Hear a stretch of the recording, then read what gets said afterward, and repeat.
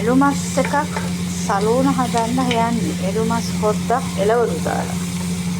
ලුණු සුදු ලුණු කරපිංච මම දැන් මේ ටෙම්පරාදු කරගන්නවා.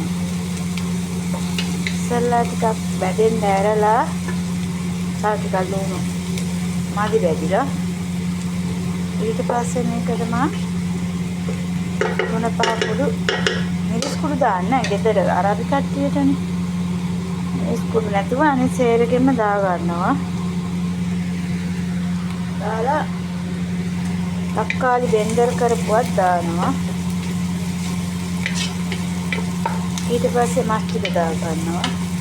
හැබැයි මම මේ ගොඩක් මේ වයසේ එළියසුසු මස් ගෙනක් තියෙන්නේ. ඉව්වහම මේගොල්ලෝ කණ්ඩා කැමැති හයියයි කියනවනේ. ඒ නිසා මම ඉස්සෙල්ලා ප්‍රෙෂර් කුකර් එකට දාලා මස් තැම්බුවා. විනාඩි 20ක්. තම්බලා වතුර ටික පෙරලා විදි කෙරුවා. මොකද ඒ මස් මම මේකට දැම්ම 3-5 කුඩු කහ කුඩු ගන්ධරිස් කුඩු. දැන් මම දානවා සලසල් දැන් ටොමාටෝ තක්කාලි සෝස්.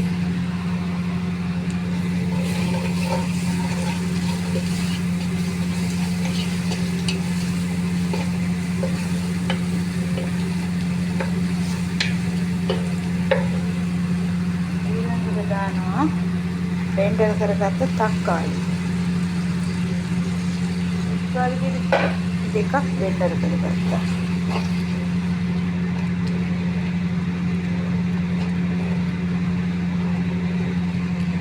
තව මේකට දාන්න ඕන කුරුඳු පොතු එනසල් කරාමියට දැම්ම මම ඔයාලත් දාන්න ගැට පහ වගේ කුරුඳු පොතු දෙකක් දාන්න පැහැදිලි.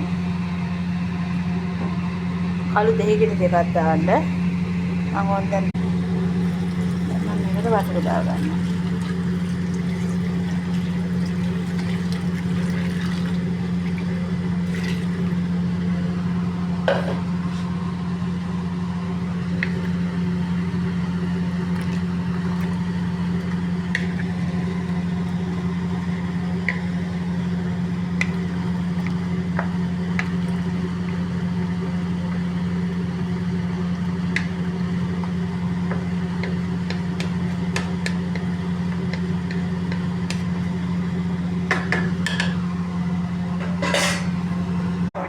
ලැහැම් සලූන් එක ඉදිරිය ඉවරයි.